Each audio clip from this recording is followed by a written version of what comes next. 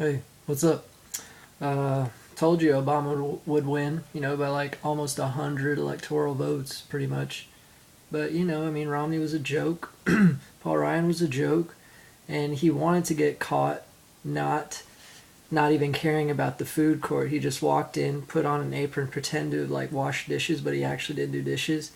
He did it obviously and bluntly because it's a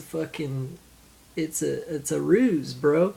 I mean, I mean, apparently, Sarah Palin was just the first choice to John McCain, and guess who was second? Mitt Romney. I mean, they're both just ridiculous. And he's also a Mormon, and a lot of Christians probably don't like that. I mean, Republicans just need to get out of the fucking 17th century. It's not church and state anymore. We're trying, we separated that, bros. Anyway, that's why I love Nietzsche.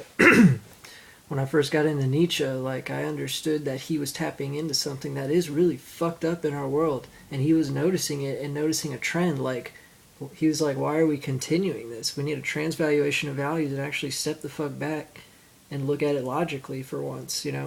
But at the same time, know in your heart that certain Ubermensch might know better than you what the fuck is better for you. I mean, at what point should we let the baby touch the hot stove oven, or just say no every time?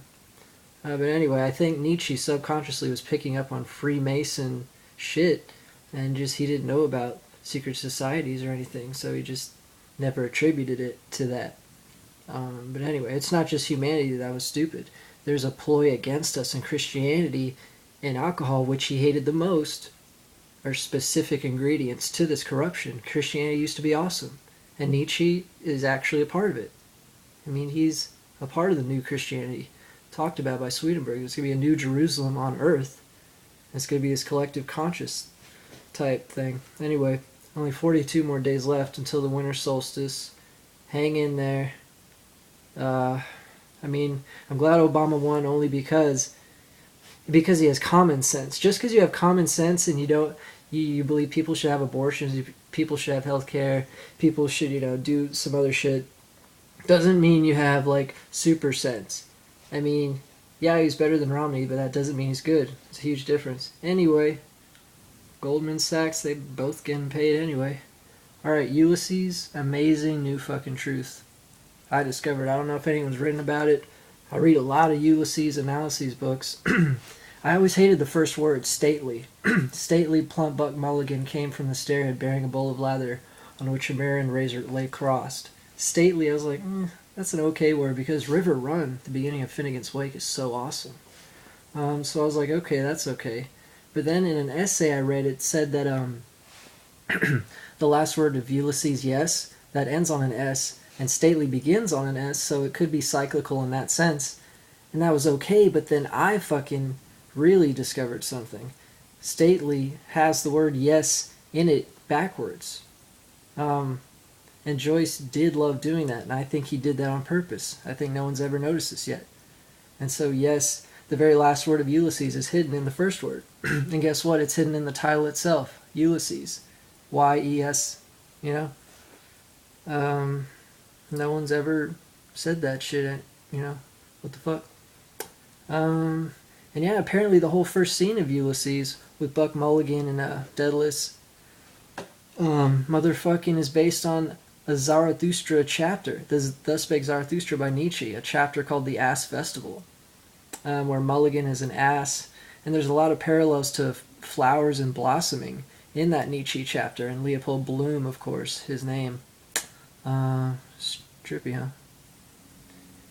And it's weird because vicus, in Finnegan's Wake, there's the word vicus in the very first paragraph, and it means village, but it also means Vico, which James Joyce he read The New Science, which you could get for free on Nook, by the way. The New Science by Vico.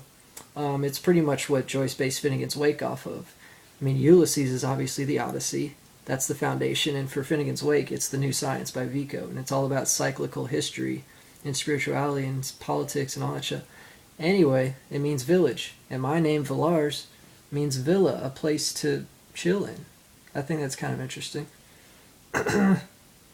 Just me, of course, though.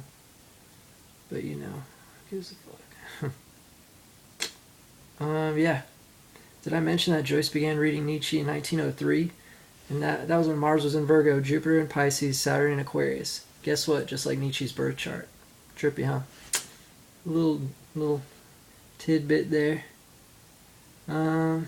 Anyway, yeah. Y'all have a good one. The world's not gonna end.